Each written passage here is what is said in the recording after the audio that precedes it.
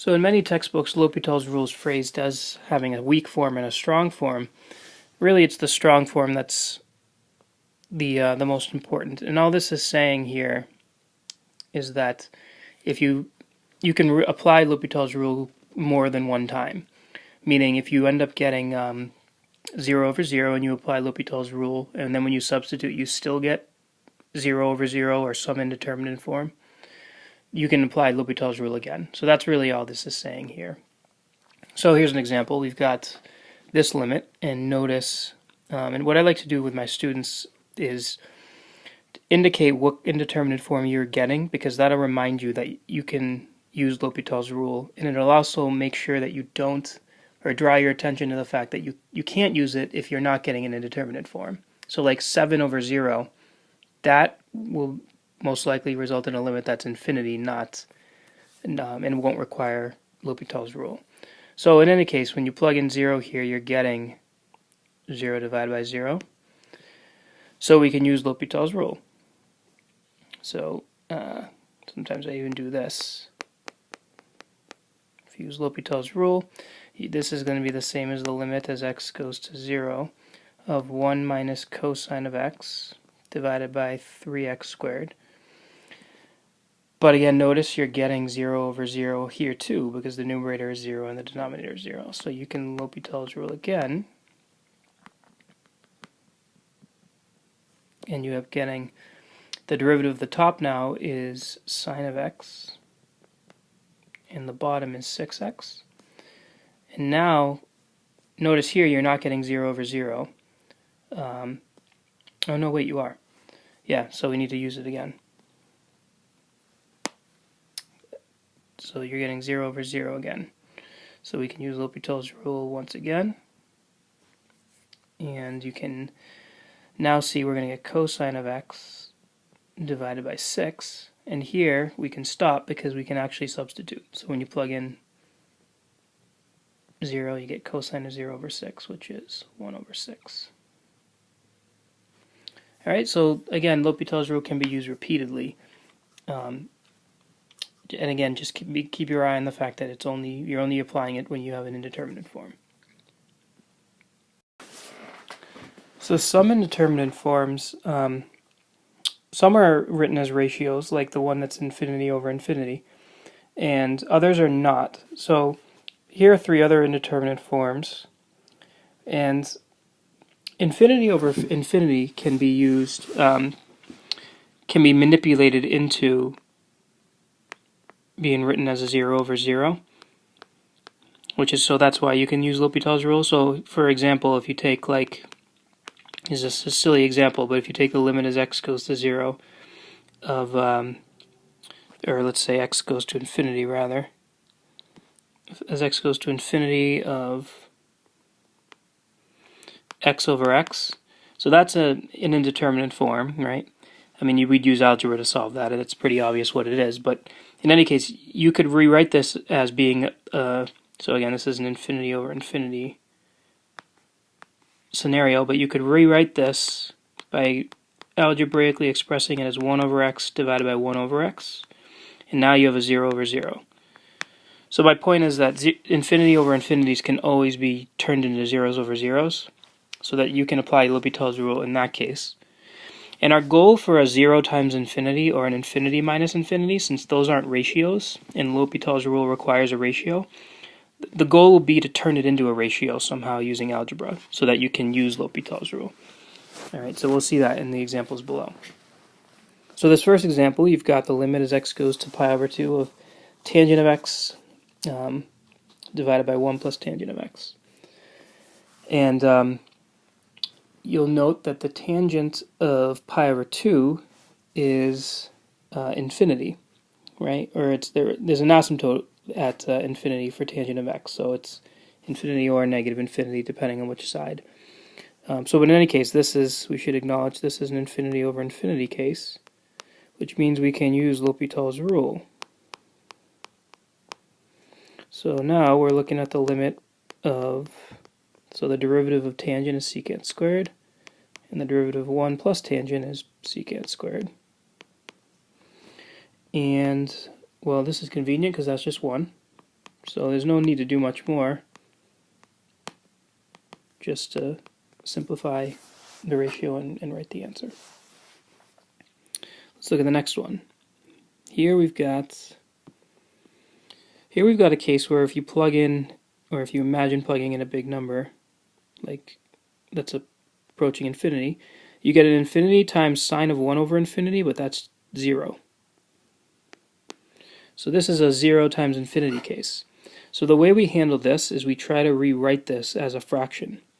So before we even use L'Hopital's rule, I'm going to rewrite this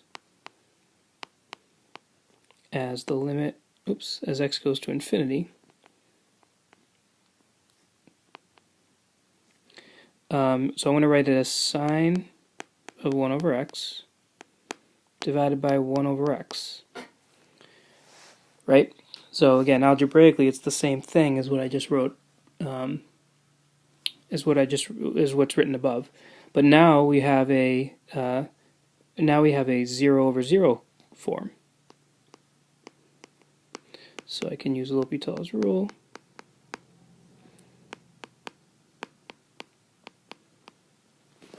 And so the derivative of the numerator, so just be careful here, these derivatives take a little bit of, take some focus. So the derivative of sine of 1 over x is going to be cosine of 1 over x. And then don't forget the chain rule. The derivative of the inside is negative 1 over x squared. And the derivative of the bottom now is negative 1 over x squared. And these will cancel. So it's important to stop and rather than just continually use L'Hopital's rule, see if you can simplify anything using algebra. So those go away. And now I've got the limit as x goes to infinity of 1 over x. But as x goes to infinity, that's approaching the cosine of 0, which is 1.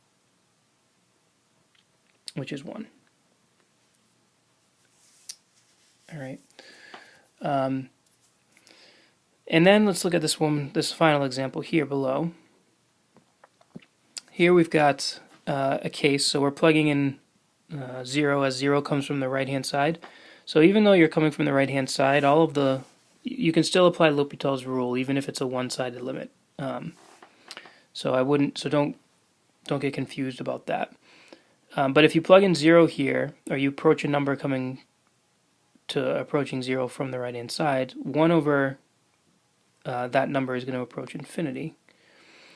And 1 divided by sine of numbers that are approaching 0 is going to approach infinity as well, because the sine of 0 is 0. So now we have an infinity minus infinity form. So the way we want to do this one is we want to get a common denominator and add these fractions together, or subtract them, in a way that turns it into a fraction so we can use L'Hopital's rule. So let's do that. So I'm going to write this as the limit as x goes to 0 from the right.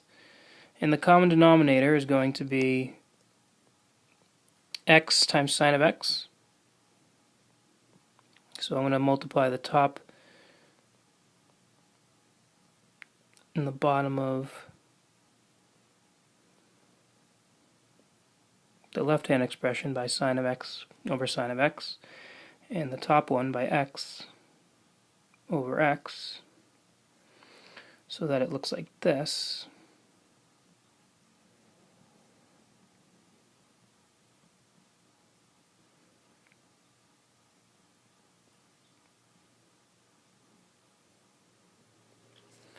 And so now, let's see if I can zoom in on this a little bit, or give myself a little more room. So at this point, if we plug 0 in, the numerator becomes 0, and the denominator becomes 0, so we can use L'Hopital's rule. So this becomes the limit as x goes to 0 from the right of cosine of x, the derivative of sine, minus 1. And now on the bottom, we're going to have to use the quotient rule, it looks like. So the denominator is going to become the derivative of x is 1 times sine of x plus x times the derivative of cosine, which is, times the derivative of sine, which is cosine. And now let's see what happens. If I plug in 0, the numerator becomes 0, because the cosine of 0 is 1. The denominator becomes 0 as well, it looks like. So this is a little inconvenient. So it looks like we might have to apply L'Hopital's rule once again. So we're getting a 0 over 0. So we're going to have to use L'Hopital's rule again. My hesitation is the annoyance that we're going to have to use the product rule again at the bottom, but so it goes. So the derivative of the numerator is negative sine of x. The derivative of the denominator is going to be cosine of x.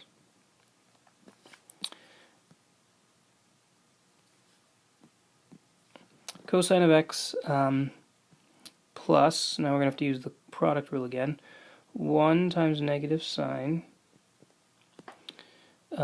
plus x, nope, did that wrong. 1 times cosine of x plus x times negative sine. So this ends up being, now let's see what happens when we plug in 0. In the numerator you get 0, and in the denominator you end up getting 2, because cosine of 0 is 1, plus cosine of 0 is another 1, plus 0 times sine of 0. So you end up getting 0 over 2, which is just 0. Alright, so the point is, if you have an indeterminate form that looks like infinity minus infinity, or 0 times infinity, or infinity divided by infinity, the goal is to turn all of those into fractions, in particular the second two, so that you can actually apply L'Hopital's rule, since it's only defined in terms of functions that are quotients.